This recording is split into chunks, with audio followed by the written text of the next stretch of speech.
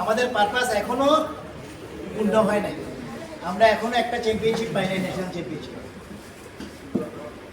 আমাদের এই হাহাকার আছে, ভালো খেলে, খুব ভালো খেলে, বেশি ভালো খেলে, শুনতে ভালো লাগে, কিন্তু আমাদের ভিতরে যেটা অবজেক্টিভ ওটা এখনো রয়ে গেছে। আমরা ন্যাশনালে under 8, under 10, under 12, under 14, under 16 এইসব লেভেলে আমরা ন্যাশনাল চ্যাম্পিয়ন বানানোর মতো ছেলে মেয়ে আমাদের আছে, ছেলে মেয়ে আমাদের আছে, কিন্তু এখনো কেন জানি তারা ওটা আনতে পারে নাই। তবে আমরা আশাবাদী যে আসবে, ইনশাআল্লাহ হয়তো এবারই আসবে। এবং আমরা শুনছি সম্ভবত ঈদের পরপরই ন্যাশনাল হয়ে যাবে। যদি ঈদের পরপর ন্যাশনাল আমরা কনফার্ম হই, আমরা লিগে একটা টিম দিয়েছিলাম বেশি, আমরা বোধহয় লিগের টিম ড্রপ করবো, কারণ প্রয়োজনে ন্যাশনালের জন্য অনেক বেশি ফোকাস করে আমরা টিম ড্রপ করবো। কেন টিম ড্রপ করবো, এটা আমাদের একটা স্ট্র্যাটেজি। কারণ আমাদের ছেলেপেলেরা একবার ঢাকায় আসতে গেল, আবার 15 দিন পরে গেল, ওইটার দরকার নেই। আবার অনেক সময় যাই দেখা যায় খুব বেশি হারলো, দাবা খেলায় অনেকগুলি মোটিভেশন বা ডিমোটিভেশন ফ্যাক্টর কাজ করে। আমরা এটা এখন আমরা কনফার্ম হই নিয়ে আমরা চেষ্টা করতেছি জানার জন্য। আর এটা হচ্ছে সবচেয়ে ইম্পর্টেন্ট ব্যাপার হচ্ছে আমরা কেমনে জানি সবসময় আন্ডার 8 একটা প্রাইজ পাই।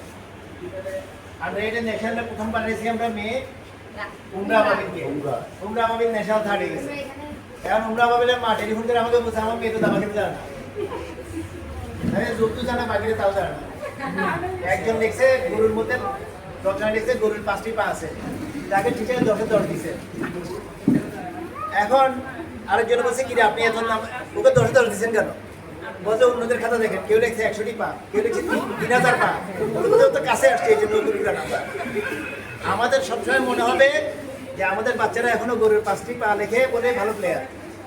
যেদিন 4টা পা দেখবে ওইদিন ন্যাশনাল চ্যাম্পিয়ন হবো আমরা ইনশাআল্লাহ। আর আমরা একটু বেশি করে মানে অভিনন্দন জানাবো আমাদের প্রজ্ঞা, যারা, সেহরিশ আর তহিদা, তারপরে রাহা, নুসরাত, এই যে 6টা মেয়ে ঢাকায় যায় টুর্নামেন্ট খেলছে, এটাই সবচেয়ে বড় অ্যাচিভমেন্ট। রেজাল্ট আসবে আজকে, কালকে, পরশুদিন, লেগে থাকলে রেজাল্ট আসবে। আমাদের বাচ্চারা ওই ক্যাপাবিলিটি প্রমাণ করছে।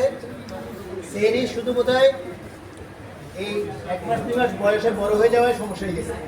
আমি যেটা দেখছি সেহরি সাথে যারা সেম পয়েন্ট পরপর 2 জন, মানে র্যাঙ্কিংয়ে একদম পরপর, টাই ব্রেকের মধ্যে যারা 0.5 বেশি, তার মানে ওরা ইকুয়াল লেভেলে খেলছে।